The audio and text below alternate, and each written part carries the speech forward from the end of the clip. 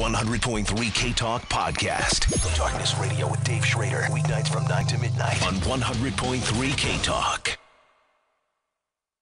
Good evening. It's Thursday, June 17th. You're tuned in to the best in paranormal talk radio. This is Darkness Radio right here on 100.3 K-Talk. I'm your host, Dave Schrader. Along with me, Miss Mally Fox. Good evening, Mally. Hello. Well, we've had a couple of interesting guests this week. Yes, we have. We've talked ghosts with the Ghost Chronicles with Ron Kolick and with Maureen Wood last night. Tuesday night was Ron Kolick. On Monday night, of course, we talked to Norio about the weird UFO sightings that took place in 1950. They were kind of way above and beyond Roswell and even the Phoenix lights that took place a couple years back. So we've had a great lineup of speakers, and we like to talk about different topics, from ghosts to UFOs, psychic phenomena, and more. And from time to time, we have talked about biblical concepts and stories as well. And we've talked a little bit about the Nephilim and some of the biblical stories, and how do they play out in reality? Is there truth behind the stories of giants, and how does this work into the reality of what we know? And we've got an interesting guest we're going to talk to tonight. I got this, it just kind of popped up out of the blue, and the topic alone just was intriguing enough for me. I said, I want to have this guy on the show and talk to him a little bit about this. With that said, we're going to talk to our guest, Zen Garcia, in a minute. Tomorrow night, remember, we're going to be back with Timmy D, and Timmy's got strange and supernatural stories from the actual news that took place this last week, and he keeps sending me some of these little story titles, and they're just flipping weird this week. Oh, I'm looking forward to this. Yeah, so he'll be on with us live tomorrow night, and we'll be talking about the paranormal and supernatural news from all around the world. And remember, if you have any stories that you stumble upon while you're surfing the web and you find any really weird news stories, you can always forward them on to tim@darknessradio.com. Again, that's tim@darknessradio.com, or you can send them over to our other world reporter, Adrian Lee. You can send him one, Shane. You can send him an email at aeleeuk@yahoo.com. That's aeleeuk@yahoo.com. Share your news stories with them. It's a lot easier, too. You can just go to darknessradio.com, click on the hosts page, and you'll find all of our information on each one of us and ways to contact us, including you can go find Mally Fox, and you can go stalk her weird page, paranormalgirl.com. It's got all the weird news stories that pop up from the week there as well, so plus her strange little video blogs. And yes. Oh, you just wait. I'm going to post that airplane one in the next few days. Yes, I am. No. Yes, I am. No, I'm going to do outtakes. Outtakes. Oh, God. We are in trouble. Yeah. So what the hell was that laugh? That's my devilish, you're in trouble. Well, good thing we're listening to a devilish laugh, because tonight we've got an interesting topic. Zen Garcia is joining us, a webmaster, film and video producer, as well as a radio host for EndeavorFreedom.tv and FallenAngels.tv. He's the author of 4 books, including the most recent release, and this is what jumped at me, Mally, Lucifer, Father of Cain. That's interesting. Now, doesn't that sound like it'd be a good book of fiction? Really, movie. Interesting little deal. Sure.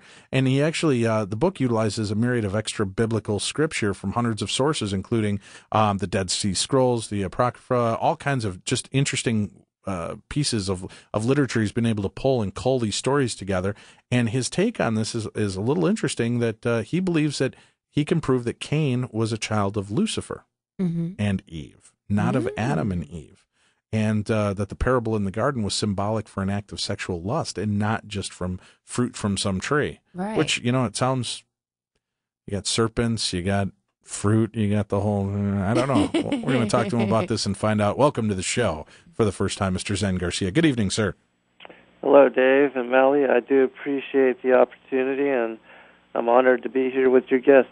Well, thank you very much. It's a pleasure to have you here. And this is an interesting topic for me. I grew up Lutheran.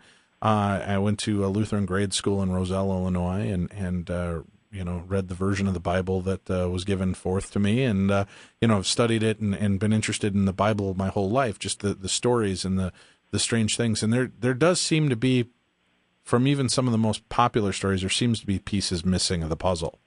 And there are all these other texts that have popped up that seem to fill in a lot of the spots.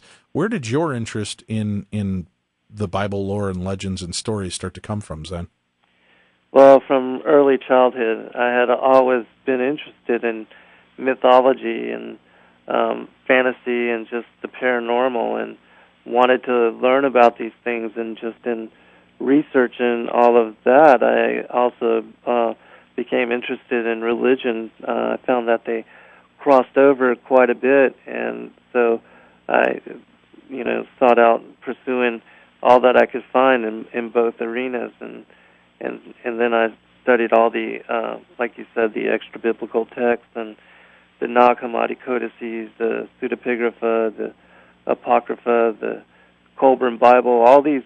Since we've had the advent of the internet, we have access to all worlds, and there's so many people out there putting interesting books that nobody else has ever heard of for everybody to peruse. And so, having access to all that, I was interested in studying all these different texts, and so in doing that, this is one of the themes that kept coming out, and I realized that not many people saw it this way, and certainly not many people were talking about it or discussing it in a way that could reveal it further. And so I did research for a number of years and on this particular topic, and was able to, over time and effort, and having researched and read many different scriptures and books, put together something in a cohesive form that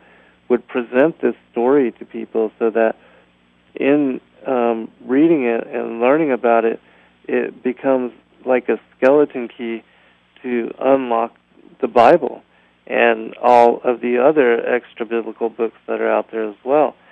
And so when people understand that Cain was not a child of Adam's, and that's one of the reasons why he's left out of his lineage in Genesis chapter 4 and 5. He has his own separate bloodline. They'll realize that there's a reason why we have evil in the world even now. And this ties also into the realm of conspiracy with the whole New World Order and the push for world government that we're seeing being played out on the world stage right now. That all also ties in with the fact that Cain was a child of Lucifer. And what happened in the garden, as you mentioned earlier, was an act of sexual lust in that Eve was seduced by Lucifer in the form of a serpent, and he impregnated her with Cain. Well, let me double back real quick, Zen, because I just want to talk about some of the different extra biblical scriptures that you refer to, because a lot of these are new to me. They're new to the people out there. Can you, and I know I'm going to butcher saying these, so please correct me once I butcher them, and then can you tell us a little bit about each one of these different books and scriptures and versions, so people understand where they came from? Now, the Nag Hammadi codices, right? Can you explain to us a little bit about that? Sure. The Nag Hammadi codices were a collection of, well, there were more, but the person that found them actually burned some of them for heat, but 13 of them survived. I believe it was 13, if I'm correct. But these codices were found in 1948, or 1946, right before Israel became a nation, by a little Arab shepherd boy that was out in the desert of Qumran. And he threw a rock into this cave. He was searching for one of his goats, and he hit a clay pot.